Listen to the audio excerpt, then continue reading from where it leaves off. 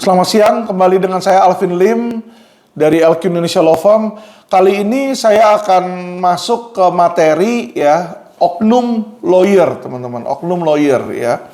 Jadi saya mau kasih tahu dulu ciri-ciri oknum lawyer, teman-teman. Jadi ciri-ciri oknum lawyer itu pertama adalah dia tidak punya legalitas atau beberapa dari mereka punya legalitas yang palsu atau aspal atau bodong ya, teman-teman. Jadi saya mau ambil contoh ya, legalitas yang tidak sesuai dengan ketentuan hukum adalah dari Natalia Rusli di sini ya. Jadi satu legalitas itu adalah ijazah, teman-teman. Jadi dari ijazah kemarin ini kami mendapatkan info ada 2 orang korban dari Natalia Rusli yang datang ke saya memberikan kuasa ya, Ibu Mariana dan Ibu Vivi Sutanto. Mereka memberikan kuasa untuk agar saya melakukan proses hukum terhadap oknum advokat ya. Jadi untuk melakukan penindakan terhadap oknum advokat itu bisa dilakukan dengan 2 cara, teman-teman. Satu adalah laporin di etik ya, kedua adalah dengan lapor pidana ke polisi ya. Untuk lapor etik ini biasanya untuk pelanggaran-pelanggaran ringan, teman-teman ya. Jadi misalnya kayak kelalaian atau ada ketidakpuasan dalam pelayanan, itu bisa dilaporin dengan etik. Lapornya kemana, teman-teman? Ke organisasi advokat di mana advokat itu berada, bernaung di situ ya.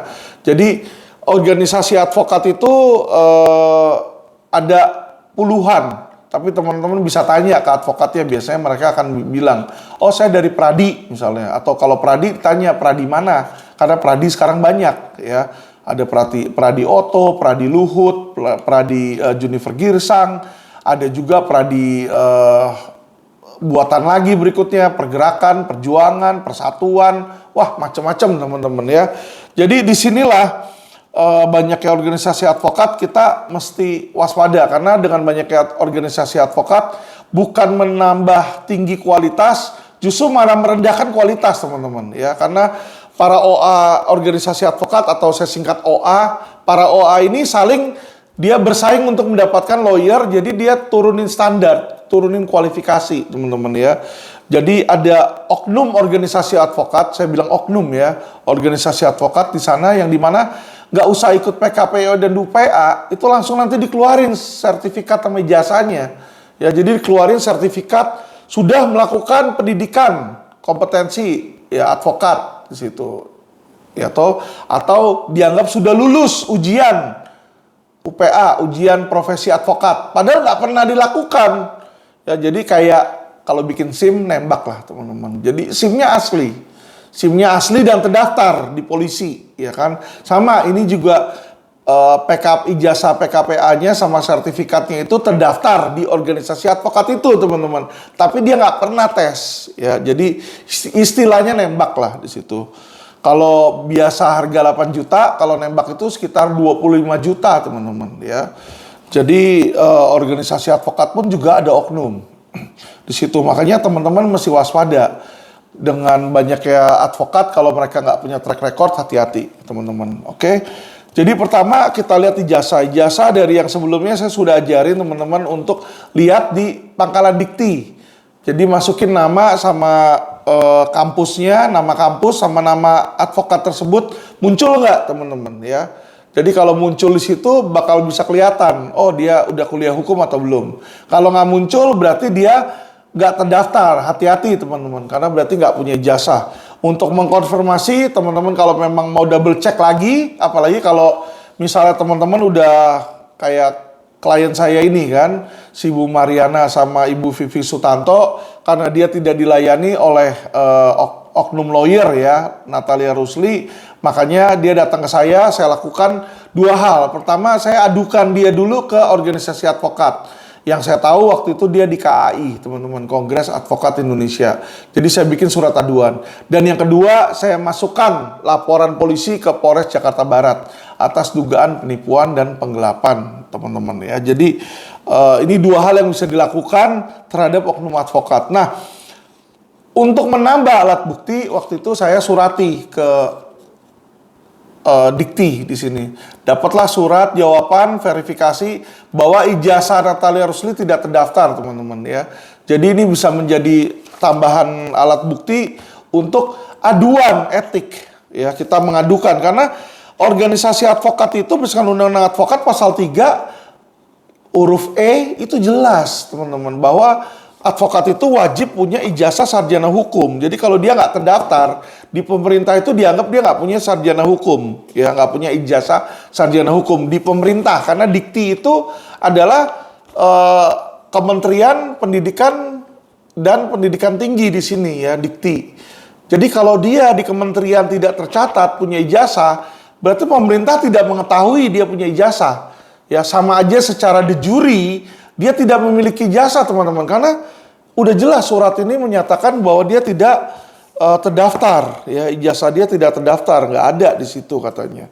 Oke, jadi tadi saya bilang setelah mendapatkan bukti-bukti awal ya, jadi bukti awal kita mintakan surat kuasa, perjanjian jasa hukumnya, dan bukti dari Dikti dia nggak terdaftar di situ, ijazahnya, lalu kita bikinlah surat aduan, teman-teman ya. Ini adalah hasil putusan sidang terhadap advokat Natalia Rusli di situ ya. Jadi bisa dilihat di sini bahwa advokat Alvin Lim, SH MSc CFP CLA melawan Natalia Rusli SH di sini ya. Jadi Natalia Rusli bahkan nggak ditulis advokat nih oleh Kongres Advokat Indonesia ya. Ketika nggak ditulis advokat di depan nih, jadi mungkin diragukan ya oleh KAI, karena kenapa namanya di depan nggak ditulis ADV nih, advokat nih singkatan. Oke, duduk perkara, ini ada surat aduan kode etik saya layangkan tanggal 5 Mei 2021 beserta di situ kalau kita kirimin aduan tentu ada bukti awal, teman-teman ya. Jadi bukti awal yang saya lampirkan di situ waktu itu adalah saya dapatkan KTP, fotokopi KTP Natalia Rusli. Di sini terlihat tanggal lahir dia 3 Desember 76. Ya kan? Nah, saya juga dapat kopi ijazah dia. Jadi kopi ijazah dia waktu itu saya dapatkan di Universitas Timbul Nusantara, tapi ditulis ini tanggal lahir dia 3 Desember 77. Ya, padahal di KTP 76, teman-teman. Jadi di sini aja tahun lahirnya udah berbeda. Yang satu tahun lahir 76, satunya lagi tahun lahir 77 ini. Ya, jadi ini semacam warning lagi nih, tambahan nih ya. Istilahnya kalau bahasa Inggrisnya clue lah gitu, ada clue ya, ada clue kenapa kok seperti ini gitu ya.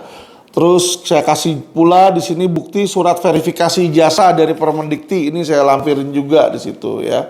Sama bukti somasi pertama sama somasi kedua. Jadi saya somasi dulu si Natalia Rusli, nggak langsung saya layangkan kode etik, teman-teman. Jadi cara untuk untuk memproses hukum oknum advokat melalui organisasi advokat adalah seperti ini ya. Lalu di sini setelah saya kasih bukti-bukti lampiran, si majelis hakimnya di sana meminta juga bukti dari Natalia Rusli di sini ya. Terus dia kasih nih surat kuasa di sini, surat keberatan undangan, surat keterangan pembetulan tahun lahir pada ijazah. Jadi dia betulin nih tahun lahir dia pada ijazah, nggak tahu dia betulinnya kemana surat keterangannya. Surat keterangan Dikti status IBEK ya kan. Data mahasiswa Fakultas Hukum IBEK Timbul Nusantara di sini. Dokumen pembanding salah satu mahasiswa lulusan IBEK Timbul Nusantara. Identitas pengadu sebagai advokat yang diduga tidak resmi. Lucu ya. Karena kenapa, teman-teman? Aduannya saya ngaduin dia, tapi dia masukin di sini seolah-olah saya advokat yang diduga tidak resmi, ya kan? Lucu di situ karena begini, teman-teman, yang boleh mengadu ini nggak mesti advokat. Jadi saya advokat atau bukan advokat, saya boleh aduin siapapun, ya. Saya boleh aduin lawyer manapun ke organisasi advokat. Nah ini orang yang nggak ngerti, ya. Tapi ya saya nggak heran kenapa ya, teman-teman ya, ijazahnya aja nggak terdaftar Dikti kok ya kan. Jadi otomatis normal lah kalau ilmu hukumnya nggak nyampe di situ ya. Makanya dia di dalam aduan saya ngaduin dia seolah-olah mau bilang bahwa saya nggak resmi. Kalau saya nggak resmi seharusnya yang dilakukan dia aduin saya ya kan, kasih buktinya aduin saya di OA saya. Itu yang seharusnya dilakukan di sini ya. Oke, terus masuk tentang pertimbangan hukum. Jadi majelis hakim ini dari Dewan Kehormatan KAI mengadakan sidang kode etik teman-teman tanggal 4 November, 10 November, 20 November dan 30 Maret nih di sini ya. Didengar, membaca permohonan keterangan dari pengadu, mendengar, membaca bantahan keterangan dari teradu, bla bla bla. Jadi dilakukanlah ini proses sidang etik namanya ya. Di situ sidang etik. Jadi keterangan saya didengar sebagai pengadu, keterangan Natalia Rusli sebagai teradu juga didengar di situ oleh KAI. Nah, habis itu baru dibuatlah keputusan oleh KAI di sini ya. Menimbang dokumen teradu telah jadi dia nimbang nih dokumen-dokumen yang ada, teman-teman ya. Dan yang paling penting di sini adalah dibilang bahwa majelis ini juga sudah menimbang dan memperhatikan peraturan Menteri Riset Teknologi dan Pendidikan Tinggi RI nomor 59. Jadi Permenristek Dikti ini tentang ijazah di sini ya. Jadi intinya nih ada dasar hukumnya Permenristek Dikti di mana ijazah itu harus terdaftar dan ijazah dia nggak terdaftar. Nah di sini oleh KAI dipertimbangkan ya teman-teman. Jadi menimbang musyawarah di sini surat bukti dan keterangan, maka Dewan Kehormatan mengambil keputusan dalam pokok perkara ya menerima pengaduan dari pengadu. Jadi pengaduan saya diterima teman-teman, nggak ditolak. Jadi awal dalam bantahan eksepsi menyatakan bantahan eksepsi peradu dapat diterima, bantahan saya dapat diterima katanya. Bantahan eksepsi teradu si Natalia Rusli diterima sebagian, tapi teman-teman ya. Jadi kalau bantahannya si Natalia Rusli diterima, maka dia nggak akan mengadili pokok perkara, teman-teman. Kalau eksepsinya diterima, maka aduan akan dikesampingkan. Tapi karena bantahan saya diterima, sedangkan bantahan si Natalia Rusli hanya diterima sebagian, makanya kasusnya lanjut nih ke pokok perkara. Di pokok perkara dibilang menerima pengaduan dari pengadu dan mengadili. Jadi diadili serta menjatuhkan sanksi kepada teradu. Jadi dia jatuhkan sanksi. Sanksinya apa? Yaitu ada di nomor 2. Mencabut kartu advokat teradu dan dinyatakan tidak berlaku lagi sejak putusan dibacakan. Kalau dia nggak bersalah, teman-teman, kartunya tuh nggak mungkin dicabut. Ya, jadi ini logikanya ya. Jadi misalnya polisi kan ada kartu tanda polisi tuh, kartu anggota. Kalau kartu dia dicabut oleh Kapolri, dinyatakan bukan anggota lagi dan nggak berlaku, berarti dia sudah tidak jadi polisi lagi, teman-teman. Ya, jadi ini ya putusan ini adalah putusan yang paling berat, putusan paling berat yang bisa didapat di sidang etik, teman-teman. Ya, biasanya sanksi-sanksi lainnya yang ringan, misalnya teguran atau sanksi peringatan tertulis atau skorsing 3 bulan. Yang saya dengar kalau nggak salah Hotman itu diadukan di skorsing 3 bulan, dia nggak terima, akhirnya dia pindah ke advokat lain ya. Ini dilakukan juga oleh Natalia Rusli, teman-teman. Jadi kalau dilihat ketiga ini menerima pengunduran diri teradu sebagai anggota Kongres Advokat Indonesia. Jadi diterima pengunduran dirinya ya. Jadi ketika dia tahu dia naga-naganya bakal kalah, dia mengajukan pengunduran diri, teman-teman ya. Kenapa mesti mengundurkan diri kalau misalnya nggak ada salahnya di situ ya toh? Kan ini jelas lah di situ. Oke, keempat, menghukum pengadu dan teradu untuk tunduk dan patuh pada putusan ini. Oke, demikian dijatuhkan sidang musyawarah Senin 4 April 2022 oleh Dr. Taswen Tarib, Ketua Dewan Sidang, Yuyun Wahyuniati, Julkifli Syukur sebagai Dewan Anggota Sidang. Jadi ada 3 hakim nih di sini ya. Hakim ketua dewannya sama anggota dewan 2 nih yang mengadili ya. Jadi ini bukan keputusan dari saya, bukan dari Alvin Lim. Ini saya hanya bacakan hasil keputusan dari sidang KAI, teman-teman ya. Sidang advokat ya. Di mana setelah akhirnya disanksi pencabutan kartu anggota, Natalia Rusli nggak lama kemudian pindah, teman-teman ya, ke organisasi advokat lain, Persadi ya. Inilah makanya saya kadang heran ya, organisasi advokat itu biasa didirikan oleh advokat, tapi kelihatannya advokatnya kok kayak nggak ngerti hukum ya, saya bilang. Kenapa kayak nggak ngerti hukum? Dia sudah tahu ya, dan atau minimal patut diduga tahu bahwa Natalia Rusli ini nggak punya ijazah sarjana hukum nih, nggak terdaftar ijazahnya oleh Dikti di situ ya. Jadi berdasarkan Permenristek Dikti, ijazah dia tuh melanggar aturan hukum. Yaitu aturan hukum Permenristek Dikti. Tapi masih diterima nih sebagai anggota advokat, teman-teman ya. Jadi disinilah kadang saya nggak habis pikir. Makanya di sini teman-teman kadang kalau kita laporin kode etik itu tumpul ya. Jadi perlu diketahui Natalia Rusli sebelum di sidang etik di KAI juga di sidang etik di organisasi advokat Pradin teman-teman. Yang laporin dia sama dengan yang laporin pidana dia di Polres Jakarta Barat ya. Di Jakarta Barat nih dia juga ada dilaporin polisi bukan oleh Ibu Mariana nih ya, tapi oleh klien lain ya, VS dan RS. Di situ dia dilaporin dengan LP nomor B3677/7 nih di sini 2021 SPKT Polda Metro Jaya tanggal 30 Juli.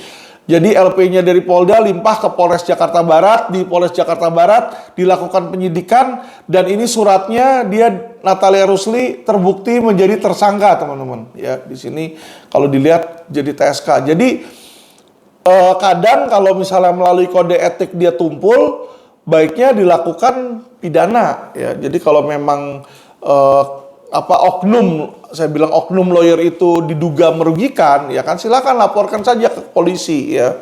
Jadi disinilah teman-teman, oknum lawyer juga bisa kita tindak. Kalau memang diduga kalian duga itu salah, ya lakukan proses hukum teman-teman ya. Jadi biasanya orang bermasalah itu kasusnya banyak, gak cuma satu teman-teman. Kenapa? Korbannya dia biasa banyak. Jadi ternyata setelah saya selidiki, ini selain di Polres Jakarta Barat, yang laporan Natalia Rusli itu ternyata ada laporan juga di Tangerang, ada yang di Polres Jakarta Utara, ada juga di Polres Jakarta Selatan. Banyak sekali ini kasusnya, teman-teman ya. Jadi sama lawyer yang seperti ini harap hati-hati ya. Dan ini kenapa bisa dijadikan tersangka? Ya, saya tanya nih.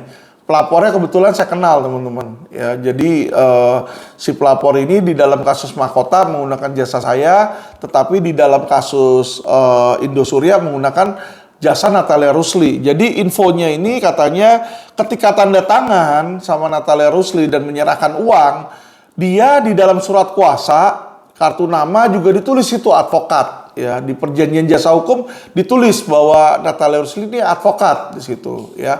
Minta sejumlah uang, lawyer fee teman-teman ya. Minta di situ ditransferlah ke rekening atas nama Natalia Rusli di situ lawyer fee-nya. Nah, ternyata informasi dari si pelapor dari korban, ternyata si Natalia Rusli itu setelah menjanjikan 3 bulan bakal selesai diurus, bukannya diurus, malah kalau ditelepon nggak bisa teman-teman ya. Ditelepon nggak bisa, didatengin kantornya. Waktu itu katanya kantornya di Ruko Manyar. Ternyata didatengin ke sana kosong. Ditanya ternyata sewa. Rumah dia dulu tempat tinggal di Mediterania Boulevard di Pik, didatengin katanya sewaan juga di situ ya. Kabur dia katanya ya. Jadi ini dijadikan tersangka, dibilang di sini alamatnya nih ternyata pindah lagi kantornya di Menara Raja Wali lantai 6 ya. Jadi sama law firm yang kantornya pindah-pindah ini juga teman-teman harus hati-hati ya. Ini jadi red flag, jadi warning. Kalau kantor pindah-pindah ini ada apa? Ya, jadi kalau teman-teman nggak sulit untuk menjangkau advokat tersebut di situ ya, itu harus hati-hati teman-teman ya. Jadi beda jauh lah gitu loh sama kalau kayak LQ kita cabang malah bukan cuma satu, nambah. Cabang kita yang di pusat di Tangerang ya kita di situ terus nggak pindah-pindah.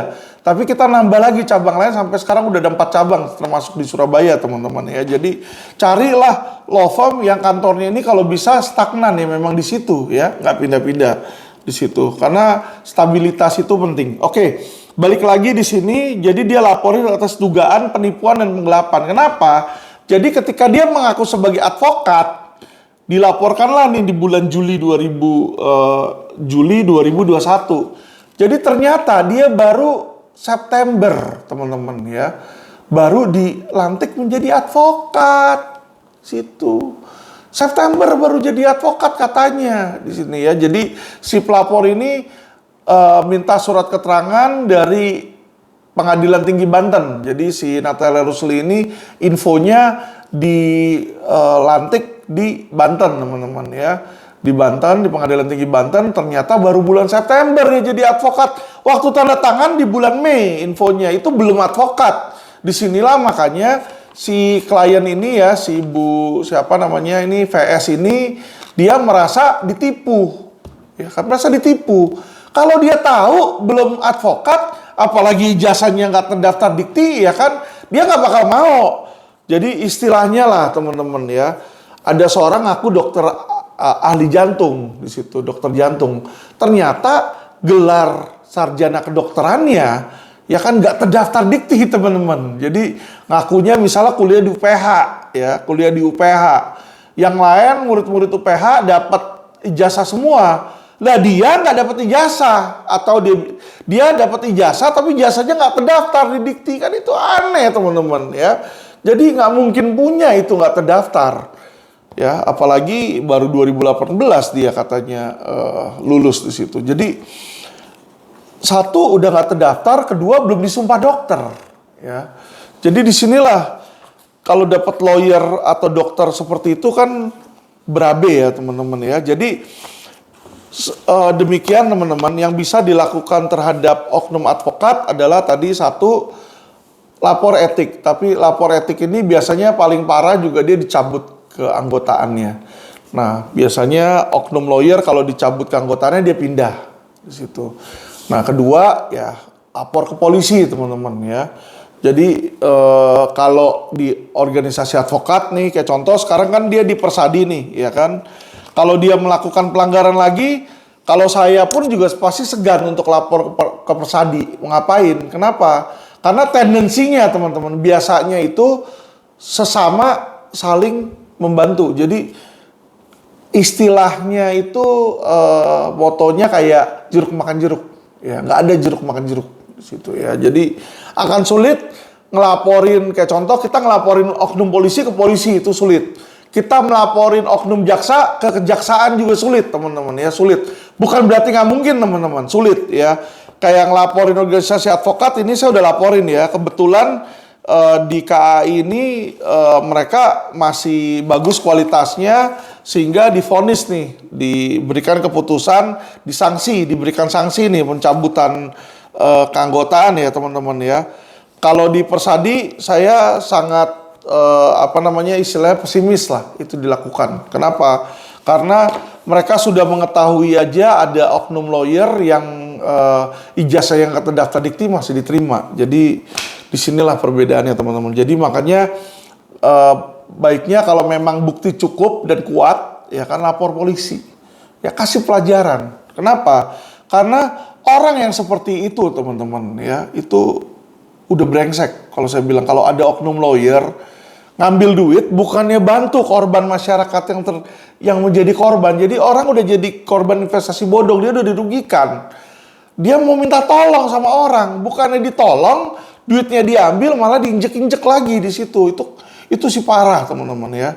Kalau saya dengar informasinya itu, wah perselisihan antara keduanya ini sudah lumayan parah teman-teman ya. Jadi si pelapor ini juga mendapatkan serangan balik info kononnya ya. Tapi saya nggak akan masuk ke ranah mereka karena itu adalah urusan mereka teman-teman ya. Di dalam video ini saya hanya memberitahukan kepada teman-teman kiat-kiat bagaimana cara mengatasi oknum berdasarkan contoh real yang ada ya. Berdasarkan aduan yang saya bikin dan laporan polisi yang sudah kami bikin juga di situ teman-teman ya. Jadi di sini teman-teman bisa belajar bagaimana cara menindak oknum lawyer ya. Jadi supaya bisa bermanfaat di situ bagi teman-teman sekalian. Demikian video dari saya, semoga makin mencerdaskan masyarakat. Terima kasih.